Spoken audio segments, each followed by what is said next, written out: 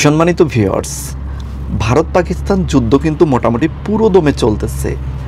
আমরা হয়তো বাংলাদেশ থেকে অতটা বুঝতে পাচ্ছি না, মিডিয়াগুলোর খবর দেখলে আমরা অতটা বুঝতে পাচ্ছি না, কেননা মিডিয়া সম্পূর্ণ সত্য প্রচার করছে না। কেন এটা বলতেছি, একটা কথা মনে রাখবেন, যে মিডিয়া পাকিস্তানের পক্ষে, তারা পাকিস্তানের পক্ষে খবর প্রচার করতেছে, যারা ইন্ডিয়ার পক্ষে, তারা ইন্ডিয়ার পক্ষে খবর প্রচার করতেছে। এটা আমি কেন বলতেছি, এটা প্রমাণ হচ্ছে পাকিস্তান দাবি করতেছে ইন্ডিয়ার 5টা ফাইটার বিমান বা যুদ্ধ বিমান ধ্বংস করা হয়েছে, আর ইন্ডিয়ার মিডিয়া দাবি করতেছে যে কিছুই ধ্বংস করা হয়নি। পাকিস্তান দাবি করতেছে তাদের 75টি ড্রোন ধ্বংস করা হয়েছে, ইন্ডিয়ার চ্যানেলগুলো বলতেছে ধ্বংস করা হয়নি। যে কোনো একটা সাইট তো মিথ্যা বলতেছে, তাই না? তবে এখানে আসলে সত্য কোনটা? আন্তর্জাতিক গণমাধ্যমের বরাতে বলতেছে সিএনএন, আল জাজিরা, রাফায়েল নামের যে বিমানটি আছে ইন্ডিয়ার, সেটা ধ্বংস করা হয়েছে 3টা, এবং অন্যান্য বিমান আছে 2টা। এটা প্রথম অবস্থায় কিন্তু পাকিস্তানের পক্ষে যারা খবর প্রচার করছে তারা পাকিস্তানের পক্ষে বলছে, যারা ইন্ডিয়ার পক্ষে খবর প্রচার করছে তারা ইন্ডিয়ার পক্ষে বলছে। মাঝখান থেকে যখন আল জাজিরা, সিএনএন থেকে শুরু করে বড় বড় সংবাদ মাধ্যমগুলোতে এটা প্রচার হওয়া শুরু হলো, তখন কিন্তু এটা সত্যতা বের হয়ে আসলো। অবশেষে কিন্তু ইন্ডিয়া স্বীকার করলো যে হ্যাঁ, তাদের ফাইটার বিমান ধ্বংস হয়েছে এবং ড্রোন ধ্বংস হয়েছে। এখন পর্যন্ত যুদ্ধের শেষ ফলাফল কি? গতকালকে রাতে মিসাইল হামলা করেছে ভারতে পাকিস্তান। তো মিসাইল হামলার পরে কাশ্মীরের যে প্রধান আছে সে বলেছেন যে ব্যাপক ক্ষয়ক্ষতি হয়েছে, এবং কিন্তু ইন্ডিয়ার মিডিয়া বলতেছে যে তাদের সব কিছু ঠেকিয়ে দেওয়া হয়েছে, সব ক্ষেপণাস্ত্র, ড্রোন হামলা সব ঠেকিয়ে দেওয়া হয়েছে, মানে আকাশেই ধ্বংস করে দেওয়া হয়েছে। কিন্তু পক্ষান্তরে আবার কাশ্মীরের যে প্রধান এখন, সে বলতেছে যে আমাদের ক্ষতিগ্রস্ত অঞ্চলগুলো আমরা পরিদর্শন করেছি, ব্যাপক ক্ষয়ক্ষতি হয়েছে। তাহলে কি কাশ্মীরের যে প্রধান সে মিথ্যা কথা বলতেছে?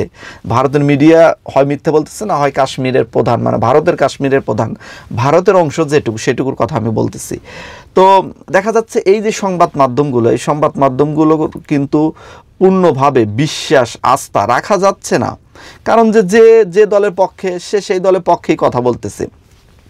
এরপরও সত্য বাস্তব নিউজ যেটা, সেটাই খুঁজে বের করে আপনাদের মাঝে বলার চেষ্টা করতেছি। সেটা হলো সর্বশেষ যে যুদ্ধের রেজাল্ট।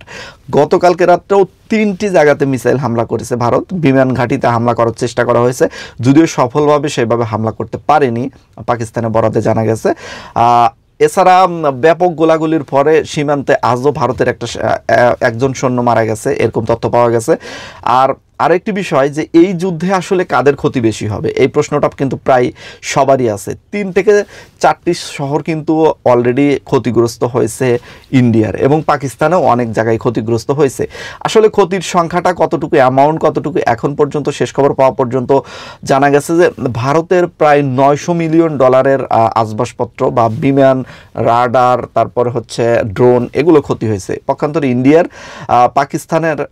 পাকিস্তানের কত পরিমাণ ক্ষতি হয়েছে এটা এখন পর্যন্ত সেইভাবে হিসাব ইন্ডিয়াও দেয়নি, এমনকি পাকিস্তানও দেয়নি। ইন্ডিয়া দাবি করতেছে পাকিস্তানের একটি যুদ্ধ বিমান ধ্বংস করা হয়েছে, অথচ পাকিস্তান বলতেছে আমরা কোনো যুদ্ধ বিমান নিয়ে আক্রমণই করিনি। তো খবর বোঝেন আসলে কোনটা সত্য কোনটা মিথ্যা, এটার সাথে সাথে জানা না গেলেও একদিন পরে কিন্তু ঠিকই এটা সত্যতা বের হয়ে আসতেছে। সো এই যুদ্ধের ফলাফল কত দূর, এই বিষয়টি নিয়েই কথা বলবো। এই যুদ্ধের ফলাফল আসলে কারোর জন্য ভালো কিছু বয়ে আনবে না। যুদ্ধ আসলে কারোর জন্য ভালো কিছু বয়ে আনে না। ইন্ডিয়া বলেন, পাকিস্তান বলেন, উভয় দেশই সংযত আচরণ করে আলোচনার মাধ্যমে এটা সমাধান করা উচিত বলে মনে করি।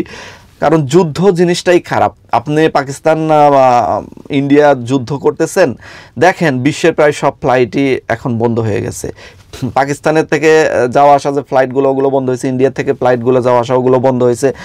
এখন শোনা যাচ্ছে বাংলাদেশের অনেক ফ্লাইট বাতিল হয়েছে, এমনকি মায়ানমারের অনেক ফ্লাইট বাতিল হয়েছে, শ্রীলঙ্কার অনেক ফ্লাইট বাতিল হয়েছে। মানে একটা বিষয় চিন্তা করুন, যখন ফ্লাইট বাতিল হবে তখনই সেই দেশ ক্ষতিগ্রস্ত হবে।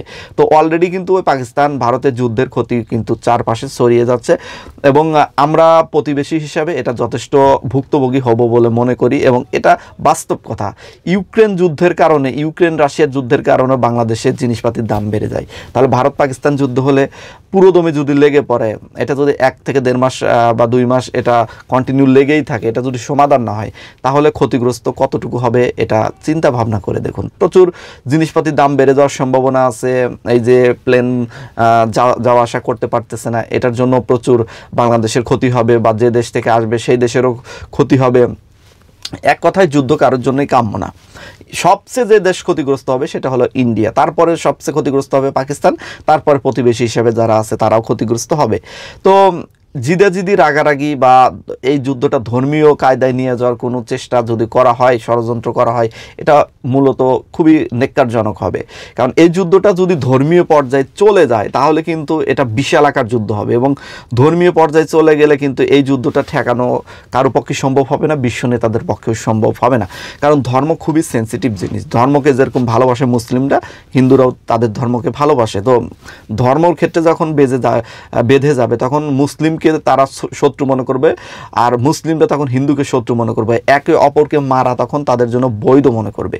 এই জন্য তখন কিন্তু বিশাল আকার একটা যুদ্ধ হওয়ার সম্ভাবনা আছে। তো যার কারণে বিশ্ব নেতারা চেষ্টা করতেছে এটা লাগাম টানার জন্য, এবং উচিত এই যুদ্ধটা শেষ করা। তাহলেই কেবল সবার জন্য কল্যাণ হবে, এতে ভারতের জন্য ভালো হবে, পাকিস্তানের জন্য ভালো হবে। যতটুকু যুদ্ধ হয়েছে আশা করি ততটুকুতে থেমে যাবে, এবং পরবর্তী বিষয়গুলো আলোচনা সাপেক্ষে ইন্ডিয়া আর পাকিস্তান সমাধান করে নেবে। আজকের মতো বিদায়, সবাই ভালো থাকবেন এবং আপনাদের মূল্যবান মতামতগুলো কমেন্ট সেকশনে লিখে দেবেন। আসলে যুদ্ধ চলমান থাকলে কার ক্ষতি বেশি হবে কমেন্ট সেকশনে আপনারা জানিয়ে যাবেন। আজকের মতো বিদায়, আল্লাহ হাফেজ।